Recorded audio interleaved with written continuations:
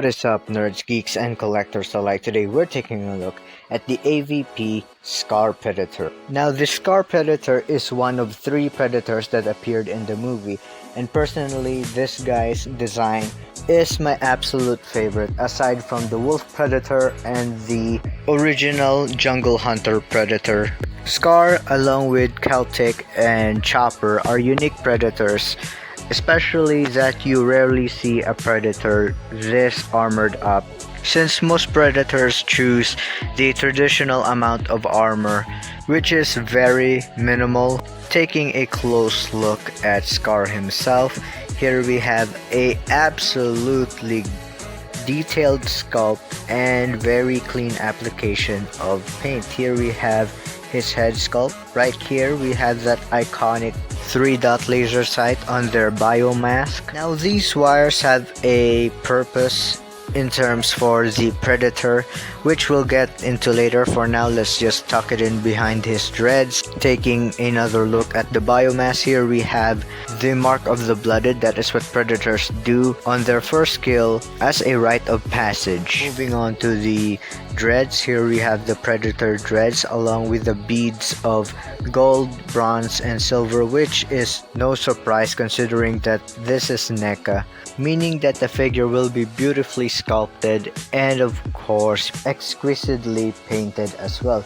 And here we have the chest piece where he has a gunmetal gray all over his armor along with the weathering effect. He has a necklace consisting of small prey he has hunted over the years, but not enough to grant him the title of blooded. Here we have the shoulder piece made of soft pliable plastic. There are certain parts of this figure that are made of soft plastic, especially the armor, due to the fact that it tends to hinder the articulation. With the amount of armor that the Scar Predator has, it's only logical to make certain armor pieces into soft rubbery plastic for the figure to have articulation.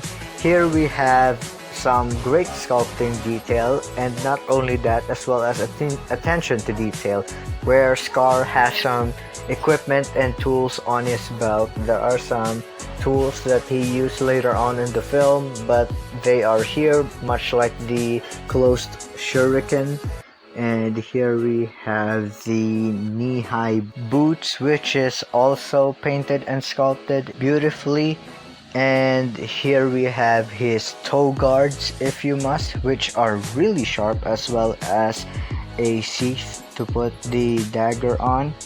And there you have it. I gotta say, this figure is definitely worth it. I really like what Neca did with the Predator. I can safely say that the figure is really top quality. The painting, the sculpting, they really nailed Scar. And that's about it for the in-depth look of the figure itself. Moving on to the accessories. First, let's take a look at the generic additional arm before we dive into the more sophisticated accessories such as his arsenal.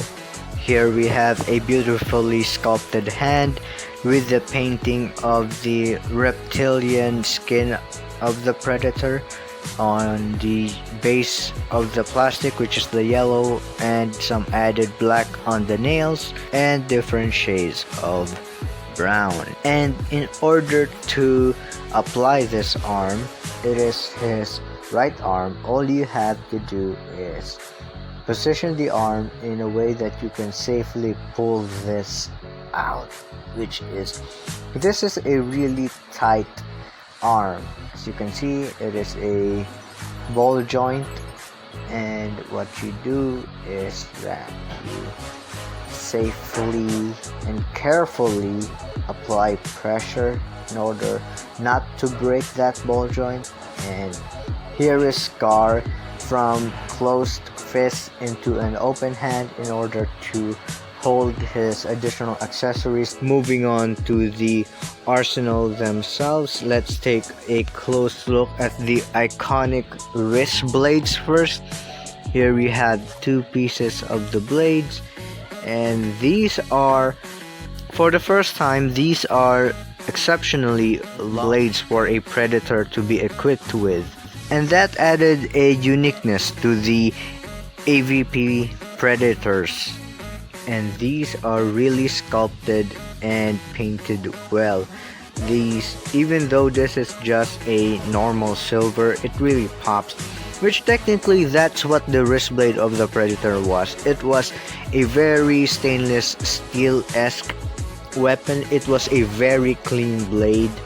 I really like how clean this is in contrast of the weathered look of the Predator, showing how much care that the Predators put on their equipment. And they are known as a really honorable species where they give respect to those who earn it, and of course every warrior, every true warrior must respect his weapon. Moving on to the med kit as well as the plasma caster, since these two pieces are usually associated with each other due to the fact that the plasma caster is attached to the med kit. Even though in the movie we never really saw the Scar Predator or any of the Predators use the medkit, we actually saw it in the first Predator film. And here we have a gunmetal gray along with the weathering effect with a little bit of brown on the sides of the plasma caster, and continuing that amazing sculpt. And here we have the medkit of the Predator. Unfortunately, it was never shown or used by the Predator in the movie. And here we have the uniformed gunmetal gray with the weathering effect as well as the brown, the faded brown applied to it, showing that these equipment have been through a lot alongside with the Predator. And in order to install it, we just pegged this in carefully due to the fact that the peg is really small and you don't want to break it. And there we have it. That is why the med pack is often associated with the plasma caster. And in order to install the plasma caster on the Predator, we have two pegs here, one at the middle and one at the very bottom. And to install it, it's a little tricky to install it. Here there are two peg holes, and coming back to these wires from earlier, they actually slot into the med kit. It serves as a oxygen intake for the Predator, which goes straight into their mask.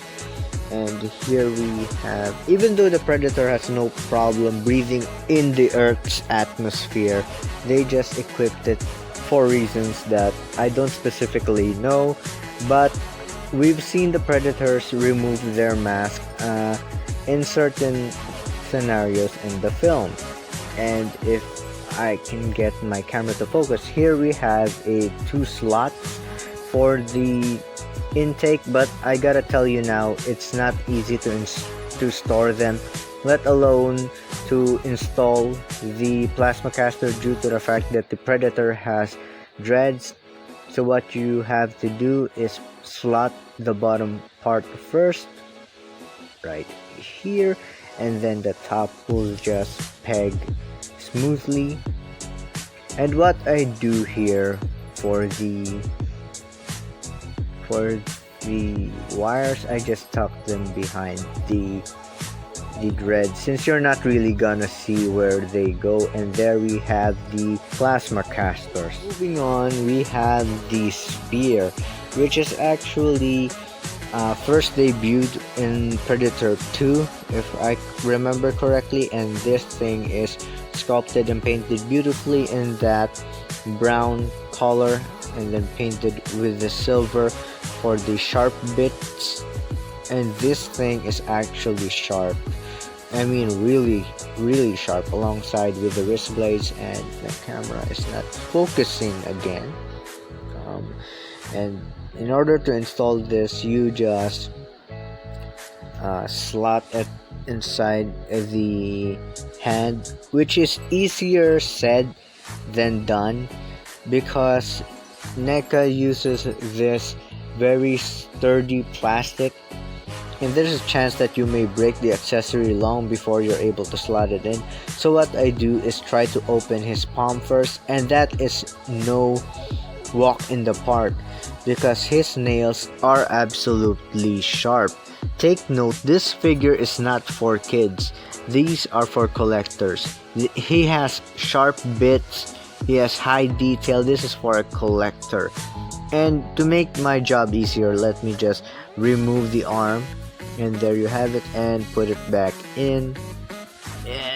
Okay, there he goes. And here we have the Scar Predator with his spear. Unfortunately, the spear is not retractable whatsoever. And then here we have the Shuriken, and this is my absolute favorite. Oops, there it goes. And this is my favorite weapon of the Predator. It is very cool. It is a long range weapon which comes back to them like a boomerang, and this is a really cool sculpt and paint with the overall silver and the brown bits. This thing is a spot on representation of the weapon, and there is no way to slot the Shuriken, or at least the open Shuriken.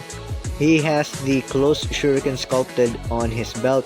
So what I just tend to do is, since the Shuriken has this I think certain shape, I just slide it into the figure, into the fingers of the figure, and that looks fairly nice. Moving on to the dagger, it is sculpted nicely, beautifully actually. He has this silver blade, and as well as a fang at the bottom of the blade, along with the gunmetal gray, the brown, and a little touch of gold. This thing is a really nice addition to the arsenal of the Scar Predator. First time I opened the figure, it didn't include the dagger, so I had to return the figure and get a replacement. And in order for him to hold the dagger, all you gotta do is slot it in his arm. No need for any difficulties, and he can hold it fairly well. Actually, more than fairly, he really holds it well. He really owns the look. Even though he uses it very briefly, he can slot it on the seat on his right boot, and that is real good weapon storage, which most figures does not come with. Here we have a feature of the Predator which is really cool. On his left gauntlet, you can flip out his self-destruct bomb. The Predator uses this in times of defeat in order to retain their honor even in death and defeat. This ensures that their biology as well as their technology does not fall into the enemy species. For the articulation of the Predator, his head can look to the right that far and to the left that far. It can actually do an entire 360, but the dreads are preventing him. As well, he can look up that far, look down that far, and his shoulder pad is attached to his armor, but fortunately it's made of soft plastic, so you can move his arm out, and then a bicep swivel, as well as a double jointed elbow. It's kind of tight on the upper joint. And here we have what we consider as a lower arm swivel, as well as a wrist swivel and articulation due to it being a ball joint. Same goes for the other hand. Moving on to the torso part of the figure, he has a wrist swivel, but it is hindered by the armor pieces right here. Fortunately, again, it is made of soft rubbery plastic for it to move around. Even though it hinders the figure, at least it doesn't break the illusion of the figure itself. At least you can bend it.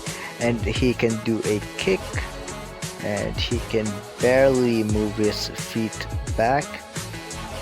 And here he cannot do a split, but he has a thigh swivel, a lower thigh swivel if you must, double jointed knees, as well as a back and forth at the feet back and forth, as well as a pivot. And there you have it, the articulation of the Neca Scar Predator. And for some size comparison, for the first time we're using a ruler. He is 8.5 inches tall. And since I don't have other Neca figures, let's compare him to figures you're familiar with in this channel, which is the Marvel Legends Civil War 3-pack Battle Damage Iron Man, as well as the Marvel Legends Civil War Battle Damage Captain America. And last but not the least, the Marvel Legends Civil War First MCU Appearance Spider-Man. And as you can see, the Predator really towers over these figures with his 8.5 inches tall. And considering he is a Yautja, I guess the scale is actually perfect.